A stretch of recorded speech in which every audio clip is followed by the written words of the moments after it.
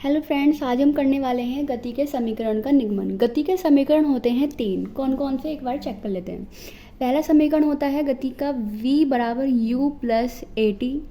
Second समीकरण होता है गति का x या s बराबर s ले सकते हैं, s बराबर होता है u T plus 1/2 A T का स्क्वायर। एंड थर्ड समीकरण होता है हमारा v स्क्वायर बराबर u स्क्वायर प्लस 2as। अब गति के तीन समीकरण होते हैं, तो सबसे पहले सिद्ध करते हैं गति का पहला समीकरण। तो समीकरण सिद्ध जो कर रहे हैं वो टू टाइप से होते हैं, एक तो ग्राफ विधि से होते हैं एंड सेकंड होते हैं कलन विधि से गति के समीकरण का निगमन। तो हम कौन सी विधि से गति के समीकरण का निगमन कर रहे हैं? हम कर रहे हैं ग्राफ विधि से।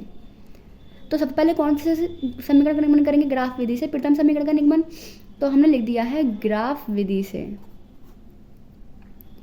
प्रथम समीकरण, ग्राफ विधि से प्रथम समीकरण। ओके, नाउ स्टार्ट करते हैं। तो ग्राफ विधि से प्रथम समीकरण हमें सिद्ध करना है, तो सबसे पहले तो हमें ग्राफ ही बनाना चाहिए कि ग्राफ कैसे बनेगा। तो जब भी हम गति के समीकरण कर रहे हैं ग्राफ विधि से, तो सबसे पहली बात है कि ग्राफ कैसे बनाते हैं। सबसे पहले तो गति होगी, कितने अक्षों में गति होगी? गति होगी दो अक्षों में। फर्स्ट तो एक्स अक्ष एंड सेकेंड वाई अक्ष। जब वस्तु एक्स अक्ष में गति कर रही है तो एक्स अक्ष में हम लेते हैं समय एंड वाई अक्ष में गति के लिए हम ले रहे हैं वेग। सबसे पहले वस्तु कौन सी अवस्था में होगी? सबसे पहले वस्तु होगी विराम अवस्था में, या फिर एक समान वेग पर चल भी रही हो सकती है। तो अगर वस्तु विराम अवस्था में, तो विराम अवस्था के लिए जाती है प्लेन लाइन। और अगर वस्तु, जरूरी थोड़ी कि हमेशा वस्तु विराम में ही रहेगी या फिर एक समान वेग पर चलती रहेगी। वस्तु अपनी स्पीड भी बढ़ाएगी, जैसे 10 से स्पीड 20 कर दी, तो वो तो अपनी गाड़ी की स्पीड डिपेंड करती है कि हम अपनी स्पीड कितने से बढ़ाना चाह रहे हैं। सपोज करो आप 0 से बढ़ा रहे हो तो यहाँ पे बढ़ेगी स्पीड, और 10 से बढ़ा रहे हो, 50 ले जा रहे हो, 20 से 80 ले जा रहे हो, तो वो आप पे डिपेंड करता है। तो हम अपनी स्पीड बढ़ा रहे हैं वस्तु की। अब वस्तु की स्पीड सपोज करो यहाँ तक बढ़ गई, इसको एक्स अक्ष पे मिला सकते हैं, मिलाया, तब आपको ग्राफ दिखाई दे रहा है। ये हो गया, ये लाइन बता रही है हमारी विराम अवस्था को, और जो लाइन ऊपर की तरफ जा रही है वो बता रही है बढ़ते हुए वेग को। कभी भी वेग में परिवर्तन होता है समय के साथ, तो वो हमारी हमेशा क्या कहलाती है? त्वरण। तो ये ढाल बन रहा है, कोण बन रहा है, ये चीज़ क्या बता रही है? हमारी त्वरण को बता रही है। हमने प्रारंभिक वेग लिया है u, अंतिम वेग होता है v। तो वेग के हमें नाम पता होना चाहिए। तो u होता है हमारा प्रारंभिक वेग। प्रारंभिक वेग का मतलब होता है जिस वेग से हमने प्रारंभ किया है। v होता है अंतिम वेग, जिस वेग पे लाके हमने छोड़ा। जैसे हमने स्पीड 20 से 100 कर ली, तो प्रारंभिक वेग कितना हो गया हमारा? u, एंड 100 अंतिम वेग हो गया। फिर हमारा समय हमारा t है ही। t क्या है हमारा? समय। और क्या बचा? a दिखाई दे रहा है, a होता है त्वरण।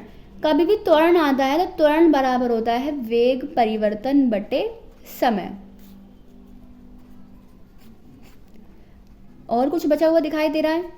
s दिखाई दे रही है, s होती है दूरी। ओके, यहाँ समय हो गया t, यहाँ समय, तो ये लाइन किसके समांतर है? इसके। ये भी क्या हो गया? t के। नाम दे देते हैं o। ये दूरी हो गई u, तो नाम दे देते हैं o a। यहाँ तक की दूरी कितनी होगी? हमने u मान ली। अगर ये u है तो ये दूरी भी कितनी होगी? u। वेग में परिवर्तन कहाँ से लेकर कहाँ तक हुआ? यहाँ से लेकर यहाँ तक। पहले नाम दे देते हैं o a b c and d। वेग में बदलाव हुआ है a से लेकर b तक। यहाँ पे इस लाइन तक वेग कितना है? u। इस लाइन तक वेग कितना है? v। जब भी वेग में परिवर्तन होता है तो बाद वाले में से पहला वाला घटा देते हैं, या फिर ऐसे भी सोच सकते हैं कि अगर हमारा प्रारंभिक वेग है 10, अंतिम वेग हो गया 80, तो वेग में अंतर कितने का आया? 70 का। 70 हमें कैसे मिला? जब बाद वाले में से पहला वाला घटाया। बाद वाला वेग कौन सा है? v। पहला वाला वेग कौन सा है? u। तो अंतर कितना आ गया हमारा? v minus u। समय कितना है हमारा? t। तो सारी चीज़ें हमें मिल चुकी हैं। अब स्टार्ट करते हैं। गति का प्रथम समीकरण होता है v बराबर u प्लस ए टी, जो हमें सिद्ध करना है। इस समीकरण में v भी आ रहा है, u भी आ रहा है, a भी आ रहा है, t भी आ रहा है। इन चारों में ऐसा कौन सा सिंबल है जिसमें बाकी के 3 आ रहे हैं? तो इसमें हमें a दिखाई दे रहा है जिसमें बाकी के 3 आ रहे हैं। कैसे? a क्या होता है? त्वरण। और हम जानते हैं त्वरण बराबर होता है वेग परिवर्तन बटे समय। वेग परिवर्तन बटे में समय। समय या फिर क्या बोल सकते हैं, समयांतराल भी कह सकते हैं। समयांतराल का मतलब होता है बीच का समय। कौन सा बीच का समय? जिस बीच के समय में वेग में क्या हुआ है, परिवर्तन हुआ है। त्वरण को प्रदर्शित कर रहे हैं हम एक ए से। वेग परिवर्तन कहाँ से कहाँ हुआ? वेग परिवर्तन हुआ है सी से लेके बी तक। तो वेग परिवर्तन के लिए हमने लिख लिया सी बी। अब समय कितना था? समय हमारे पास 2 हैं। कौन कौन से सिंबल ले सकते हैं? या तो ए सी ले सकते हैं या फिर ओ डी ले सकते हैं। अगर आपको ए सी ठीक लग रहा है तो ए सी ले लीजिए, ओ डी ठीक लग रहा है तो ओ डी ले लीजिए, क्योंकि दोनों ही किसको रिप्रेजेंट कर रहे हैं? दोनों ही किसको बता रहे हैं? दोनों ही समय को बता रहे हैं। तो आपको ए फी अच्छा लगे तो ए फी ले लीजिए, ओ डी अच्छे लगे तो ओ डी ले लीजिए। सी बी यहाँ भी था, सी बी यहाँ भी है। अब इनके मान लिख लेते हैं। सी से लेकर बी तक की दूरी कितनी दिखाई दे रही है आपको? v minus you. तो यहाँ लिख दिया v माइनस यू। ए सी, ए से लेकर सी तक की दूरी या ओ से लेकर डी तक की दूरी कितनी है? टी। टी भाग में इधर साइड किस में चला गया? गुणा में। तो ये आ गया ए टी बराबर v माइनस यू।